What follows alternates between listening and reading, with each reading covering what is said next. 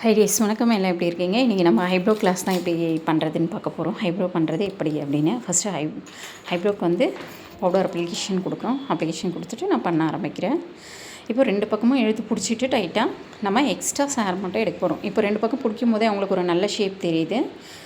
கீழே இருக்கிற எக்ஸ்ட்ராஸ் மட்டும் நம்ம எடுக்க போகிறோம். அப்படியே எடுத்துகிட்டே வரோம்.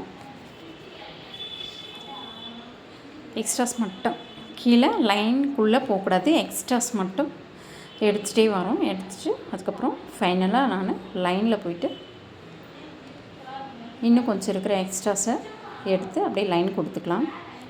எடுத்தோடனே நம்ம லைன் கொடுக்கக்கூடாது, முதல்ல எக்ஸ்ட்ராஸ் எடுத்துகிட்டு அதுக்கப்புறம் தான் லைன் கொடுக்கணும். அதுக்கப்புறம் தான் நான் எஜ்ஜிலும் எடுப்பேன். பாருங்கள், எடுத்தோடனே எஜ்ஜிலும் எடுக்கக்கூடாது. இப்போ எக்ஸ்ட்ராஸை இன்னும் கொஞ்சம் இருக்கிற பேபி ஹேரெல்லாம் கொஞ்சம் எடுத்து லைன் கொடுத்துக்கலாம். ஏன் இப்படி டைட்டாக 2 பக்கமும் இழுத்து பிடிக்கிறோம் அப்படின்னா, நம்மளுக்கு அப்படி டைட்டாக பிடிக்கும் போதே ஒரு ஷேப் கிடைக்கும். அந்த ஷேப் வச்சு நம்ம ஹேர் எடுக்க ஆரம்பிக்கணும். இப்போ கீழே பாருங்கள், இவ்வளோ அழகாக வந்துருச்சு அவங்களுக்கு. இப்போது மேலேயும் நம்ம போட்டு ஒரு லைன் எடுக்கிறேன் 2 லைன் எடுக்கிறேன்னு சொல்லிட்டு எடுக்கவே கூடாது. மேலே எக்ஸ்ட்ராஸ் மட்டும்தான் நம்ம எடுத்து லைட்டாக தான் லைன் கொடுக்குறோம். மறுபடியும் கீழே ஏதாவது மறுபடியும் எக்ஸ்ட்ராஸ் எதனா தெரியுது அப்படின்னா மறுபடியும் நீங்கள் கீழே அட்ஜஸ்ட்மெண்ட் பண்ணிக்கலாம். இப்போது க்ளைண்டோட ரைட் சைடு எடுக்கும்போது முன் பக்கம் இருந்து எடுக்கிறோம், பேக் சைடு எடுக்கும்போது பின் பக்கம் இருந்து நம்ம எடுக்கிறோம். அது மாதிரி 2 பக்கமும் நம்ம மாற்றி தான் எடுக்கணும். அதே மாதிரி 4-5 நாட்டுக்கு மேலே நம்ம போடவே கூடாது. இப்போ பிடிக்கும் போதே உங்களுக்கு ஒரு நல்ல ஷேப் தெரியுதுங்களா? இப்போ பாருங்கள், நான் கீழே இருந்து எக்ஸ்ட்ராஸ் மட்டும் தான் எடுக்கிறேன். அந்த மாதிரி நீங்களும் எடுக்க ஆரம்பிங்க. எடுத்த உடனே நம்ம லைனில் போய் கொடுக்குறோம் அப்படின்னும் போது ஹேரு போகிறதுக்கான வாய்ப்பு இருக்குது. அதே மாதிரி எஜ்ஜிலையும் எடுத்த உடனே நம்ம பண்ணவே கூடாது. கீழ்ப்பக்கம் இருந்து தான் கொஞ்சம் கொஞ்சமாக பண்ணிட்டு போகிறோம். கீழ்ப்பக்கம் க்ளீன் பண்ணிவிட்டு அதுக்கப்புறம் ஃபைனலாக தான் நம்ம வந்து எஜ்ஜில் பண்ணணும். ஃபைனலாக சும்மா மட்டும் டச் பண்ணிக்கணும். நம்ம ஒரு லேயர் 2 லேயர் அந்த மாதிரி எடுக்கவே கூடாது. ஏன்னா எஜ்ஜில் வந்து எல்லாருக்குமே முடி இருக்குமான்னா சிலருக்கு இருக்காது, சிலருக்கு நல்லா திக்காக இருக்கும்.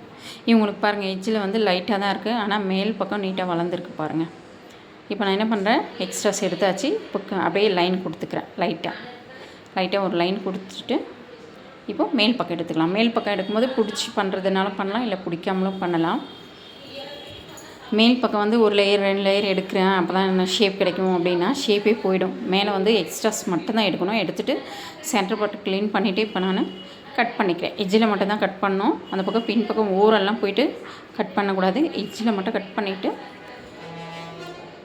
விட்டுறணும். நம்ம சென்டர் பார்ட்டும் க்ளீன் பண்ணிக்கணும். அதே மாதிரி எல்லாம் முடிச்சுட்டு தான் நம்ம சென்டர் பார்ட்டும் க்ளீன் பண்ணணும். இப்போது ஜெல் அப்ளிகேஷன் கொடுத்துக்கலாம். இப்போ பாருங்கள், அவங்களோட ஹைப்ரோ எவ்வளோ அழகாக இருக்குது அப்படின்னு சொல்லிவிட்டு ஜெல் அப்ளிகேஷன் கொடுத்து நல்லா மசாஜ் கொடுத்து முடிச்சுக்கலாம். Thank you tears. இந்த ஹைப்ரோ உங்களுக்கு எந்தளவுக்கு நல்லாயிருக்கு, ஷேப்பாக இருக்கான்னு சொல்லிவிட்டு எனக்கு கமெண்ட்டில் சொல்லுங்கள். தேங்க்யூ.